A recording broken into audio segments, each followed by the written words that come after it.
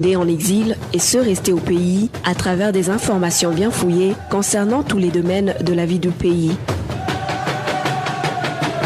Le magazine Humura Burundi est diffusé sur le web via le site de la RPA www.rpa.bi.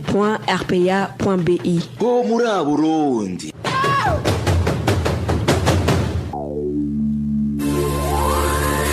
À la présentation, Janvier Ninina Hazgue. Vous êtes les bienvenus, chers auditeurs, au magazine Humura Burundi de ce lundi 22 juin 2020. Et sans trop tarder, passons immédiatement au titre du magazine. Les défenseurs internationaux des droits de l'homme qui œuvrent au Burundi alertent sur la recrudescence de crimes et violations graves des droits humains contre des membres de l'opposition. Les réfugiés burundais du camp de Rusenda en République démocratique du Congo dénoncent les abus et exactions dont ils sont victimes. Enfin, les militaires burundais en Somalie manifestent leur inquiétude relative à la contamination à la Covid-19. Le développement des titres, c'est dans quelques instants. Fabrice Ndimolkundo assure la mise en onde et MST Veniungeko pour la prise d'image. Encore une fois, bienvenue. L'inhumation du président de la République du Burundi, Pierre Nkurunziza, est prévue ce vendredi 26 juin. Des sources dignes de foi font savoir que feu Pierre Nkurunziza sera enterré en commune et province Gitega. Les derniers hommages lui seront rendus au stade Ingoma de Gitega. L'ancien président Pierre Nkurunziza est décédé le 8 juin courant.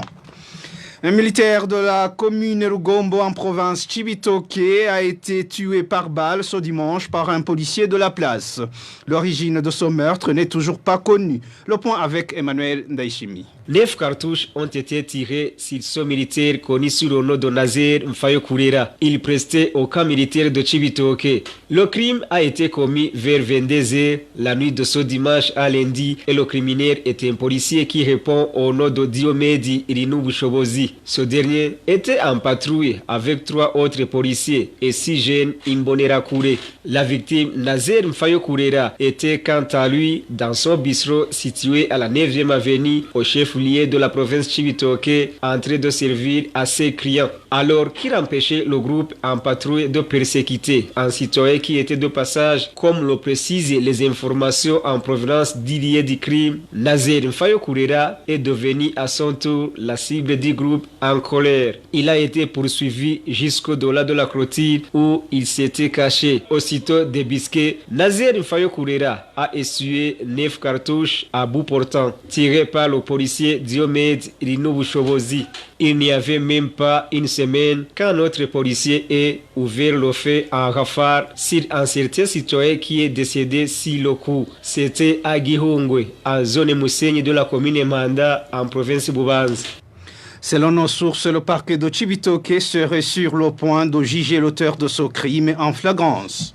Un corps sans vie d'une femme a été découvert le matin de ce lundi au quartier Kavogero de la commune et province Kirundo. Les informations sur place indiquent que les responsables de ce crime n'ont pas encore été identifiés. Le point avec Hervé Niouhir.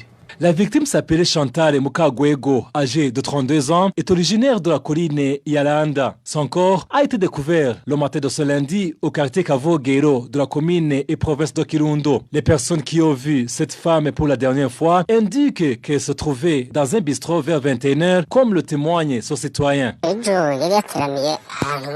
Elle avait passé la soirée d'hier dans un bistrot qu'elle fréquentait souvent. Elle a été vue pour la dernière fois vers 21h. Son corps a été découvert à 1 kilomètre de son domicile dans le quartier Kavogero alors qu'elle habitait le quartier Ruvunda et n'avait pas d'emploi. Les informations recueillies au sein de la population qui a découvert son corps précisent qu'il était dépourvu de tout vêtement et que la victime aurait été violée avant d'être étranglée. Jusqu'à 9h du matin de ce lundi, son corps se trouvait toujours sur le lieu du crime. Aucune autorité administrative ou policière ne s'y était pas encore rendue. La rédaction de la RPA a essayé de joindre Jeannette Kangoro, administrateur de la commune Kirundo, de même que le commissaire de la police dans cette province, mais ils étaient tous injoignables. Merci à Hervé Niouhil. Et la rédaction de la RPA a pu recenser une personne assassinée durant la semaine dernière. Âgée de 60 ans, la victime s'appelait Denis Vidzimungu. Son corps a été découvert à son domicile situé sur la colline et commune Bukinanyana de la province Chibitoke samedi dernier. Selon nos sources, à Bukinanyana, la victime a été étranglée. Le vol serait le mobile de ce meurtre, vu que les auteurs sont partis avec tout l'argent que ce vieil homme avait tiré de la vente de sa parcelle. Dans quelques instants, nous abordons la page Droits de l'homme. Retrouvez les différentes productions de la RPA sur Facebook, YouTube, Twitter et sur www.rpa.bi. L'arrestation de la septagénaire de la commune Kayogoro en province Makamba cacherait une sorte de vendetta. Au moment où l'autorité communale de Kayogoro accuse cette veuve de 72 ans de se rebeller contre elle, le nœud du problème serait plutôt le refus de la dite veuve de céder sa parcelle à l'administrateur de cette commune. N'est-ce pas, Innocent Valentin Singiranga? Selon les informations en possession de la RPA, Concessa Nzeimana, une veuve de 72 ans, avait été expropriée de sa parcelle sur l'ordre de l'administrateur de la commune Kayogoro. Sa parcelle avait été choisie pour abriter le marché communal. Selon les mêmes informations, la septuagénaire a, à cette époque, bénéficié d'une indemnité qui l'a permis de construire une autre maison à l'aide de l'organisation de secours Croix-Rouge. Le conflit actuel concernerait cette seconde parcelle reçue en dédommagement. D'après toujours nos sources de la colline Gatabo où réside cette veuve, l'administrateur de la commune Kayogoro, Zachemisago, aurait obligé Concessa Nzeimana et ses petits-enfants de quitter sa nouvelle habitation, parcelle qui serait convoitée par cet administratif Zachemisago qui serait soutenu par un membre influent du CNDD-FDD et natif de la province Makamba. Cette septuagénaire aurait refusé la proposition de l'administrateur, ce qui a généré son arrestation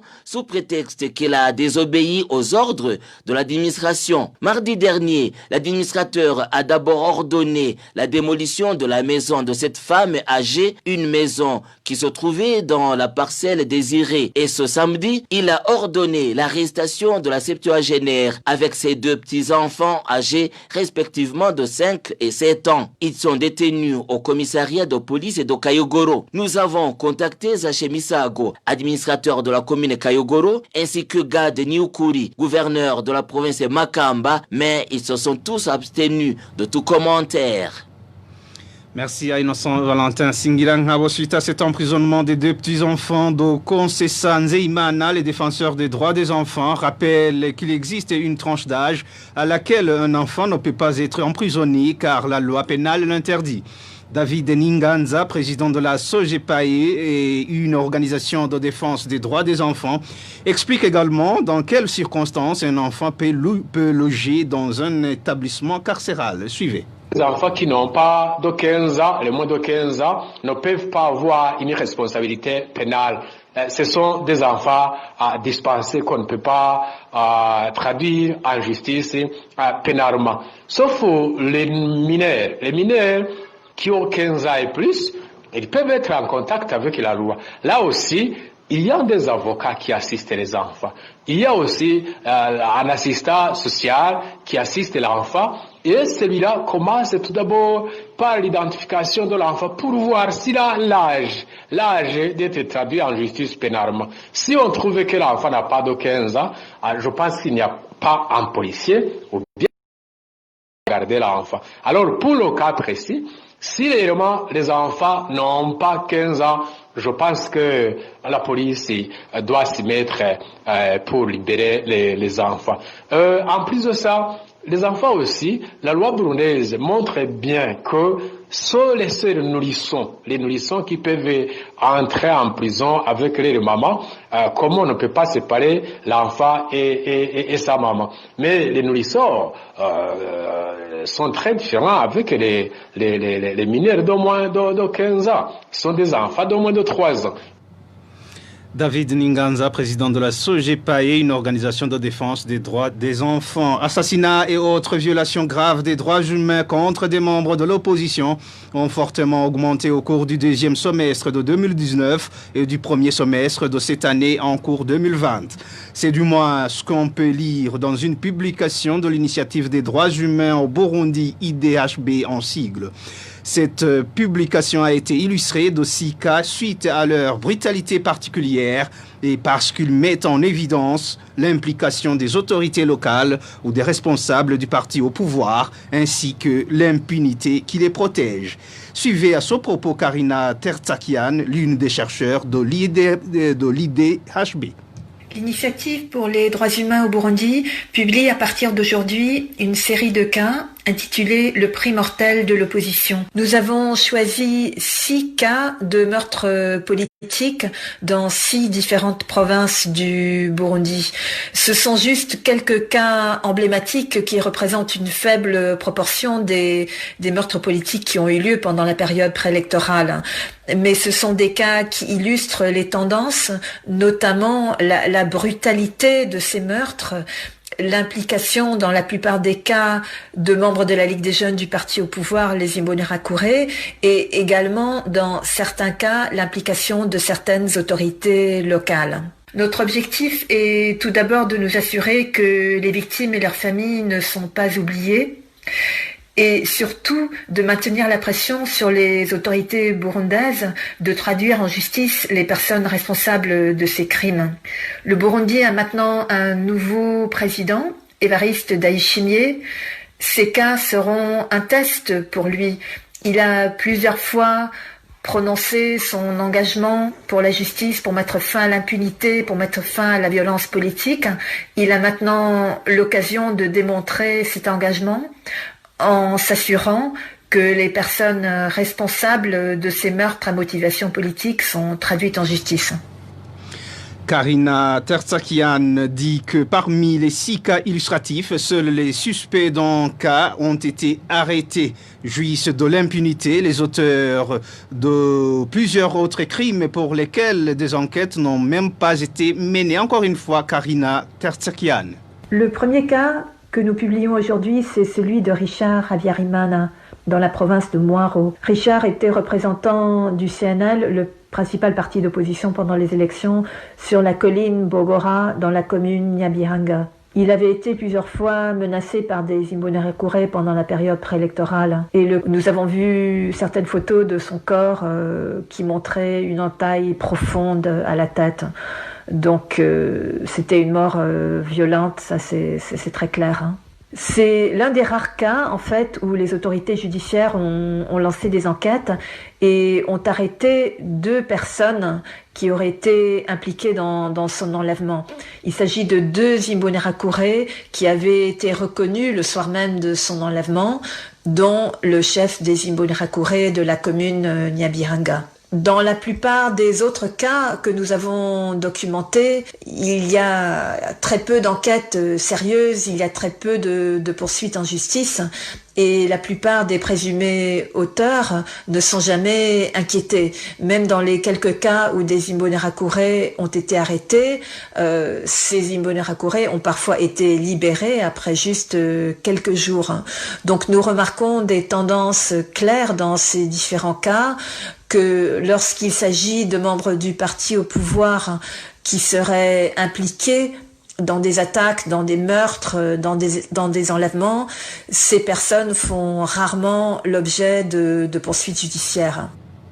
C'était Karina Tertsakian, l'une des chercheurs de l'initiative des droits humains au Burundi.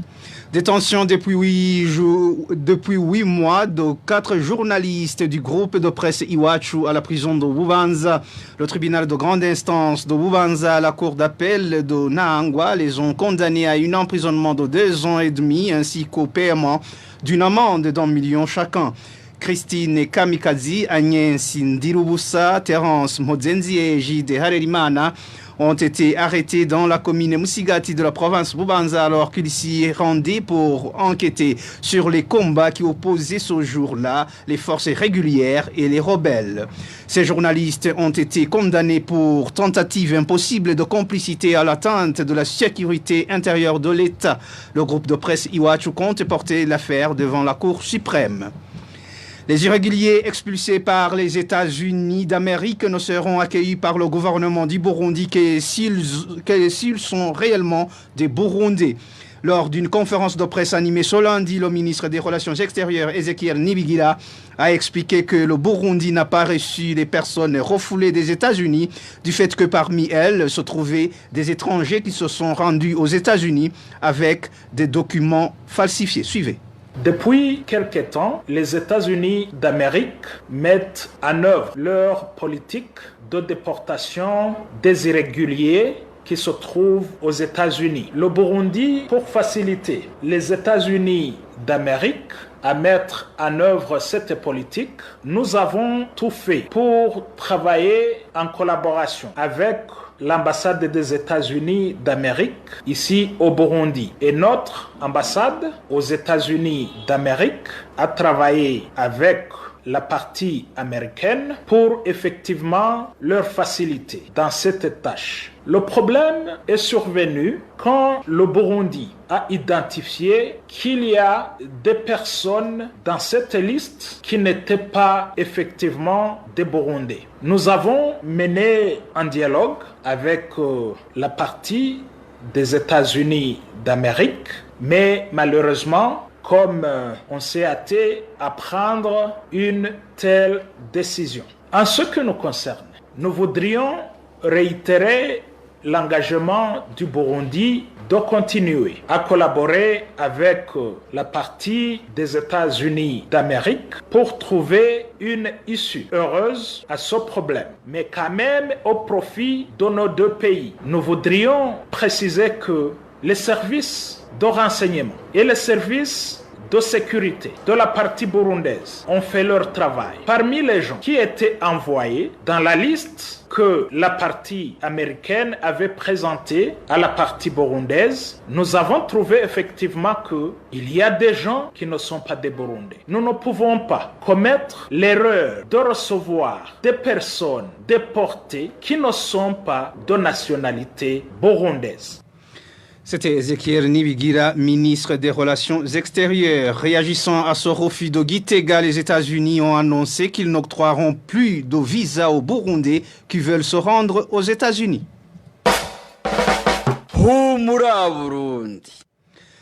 La décentralisation dans les provinces des services sanitaires de dépistage du coronavirus est un bon début malgré le retard enregistré.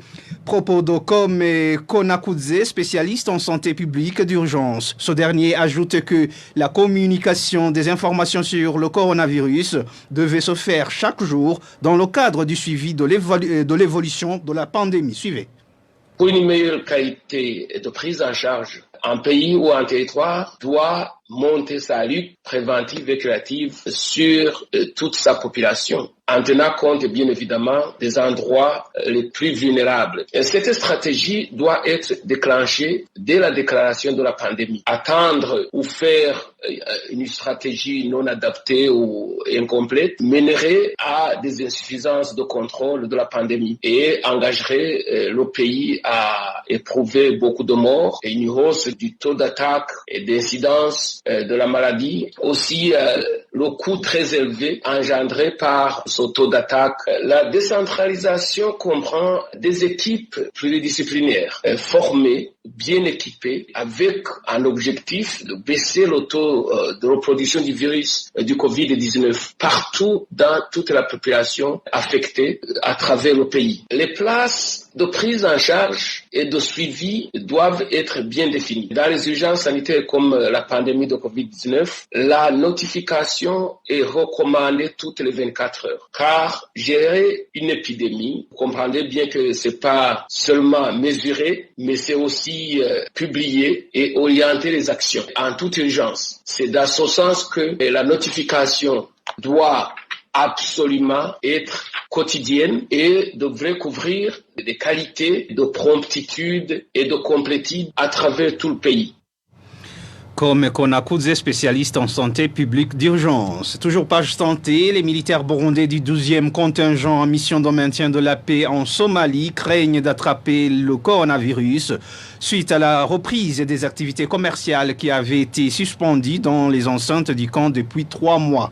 Ces militaires demandent à leurs responsables de faire tout leur possible pour éviter la propagation de ce virus dans l'audit camp. Le point avec Emmanuel Niyongeko. Issus de 5 bataillons, c'est-à-dire du 52e au 56e, ces militaires burundais du 12e contingent AMISOM sont estimés à peu près 600. Ils sont campés dans la localité de Jowar City. Les informations en provenance de certains militaires qui campent dans cette localité font savoir que depuis l'apparition de la pandémie de coronavirus en Afrique au mois de mars, toutes les activités commerciales au sein de ce camp étaient suspendues. Sur 2 boutiques qui comptaient ce camp, seule une était à ce moment opérationnelle, l'autre ayant été fermé car son propriétaire avait trempé dans le commerce de cartouches. Mais poursuivent nos sources, à la grande surprise de ces militaires, un citoyen somalien propriétaire de cette boutique opérationnelle s'est pointé ce dimanche dans son camp et a rouvert sa boutique sans s'inquiéter de rien. Les mêmes sources font savoir qu'il était accompagné par le major Ndaïchimiye, commandant de la police militaire au sein du 12e contingent en haut gradé qui tirerait profit de ce commerce. Pour le moment, ces militaires craignent d'attraper la Covid-19 et demandent à leurs chefs hiérarchiques de mettre tout en œuvre pour mettre fin à ce mouvement de va-et-vient dans le dit camp. À ce propos, nous n'avons pas pu joindre le général de brigade Richard Banyankimbona, commandant du 12e contingent AMISOM, de même que le colonel Floribert Biyereke, porte-parole de l'armée burundaise.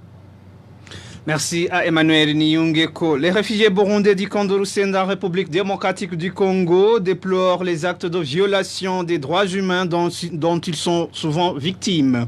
En plus du travail de fouilles, perquisitions opérées par les forces de l'ordre pendant les heures avancées de la nuit, ces derniers harcèlent les réfugiés et emportent tous les objets de valeur qu'ils trouvent sur leur passage. Les détails avec Onésime Dushimagidze. Ces réfugiés burundais du camp de Rusenda, situé à l'est de la République démocratique du Congo, indiquent que depuis le début des combats qui opposent les groupes armés Maïmaï à celui de la communauté de Banyamulenge dans le secteur Tanganyika, les agents de sécurité composés par des policiers et des gardes du camp communément appelés Sungusungu mènent souvent des fouilles et perquisitions dans les ménages de ces réfugiés. Ils précisent que cette activité s'organise pendant la nuit, les heures avancées, et déplore le comportement de ces agents de sécurité car non seulement ils malmènent les réfugiés, mais aussi emportent tous les objets de valeur qu'ils trouvent sur leur passage.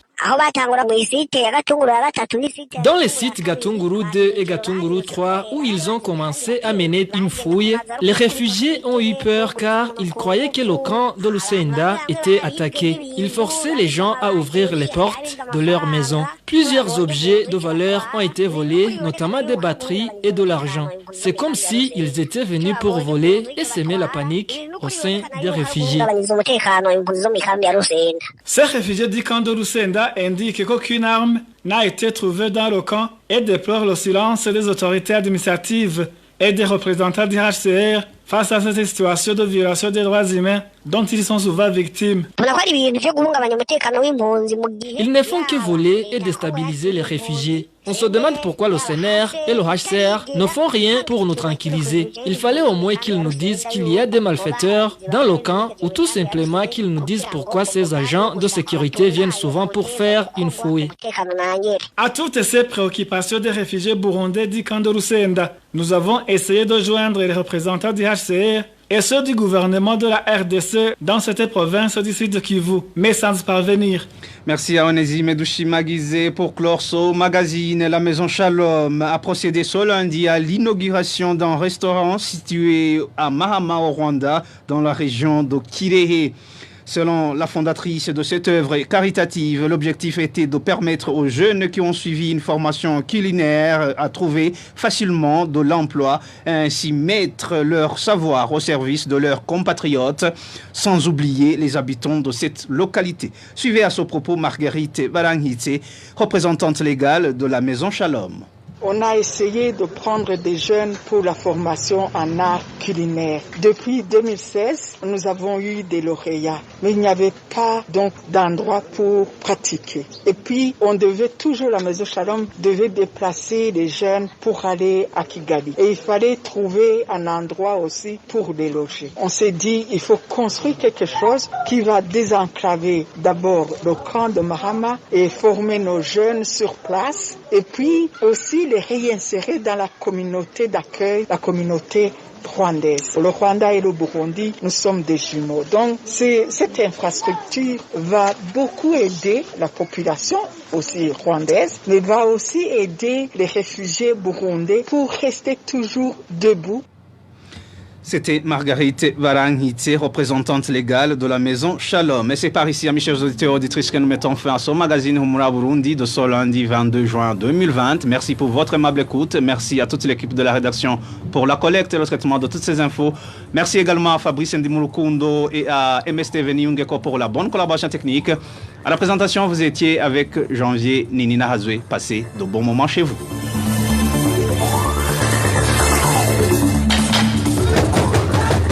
C'était le magazine Humura Burundi.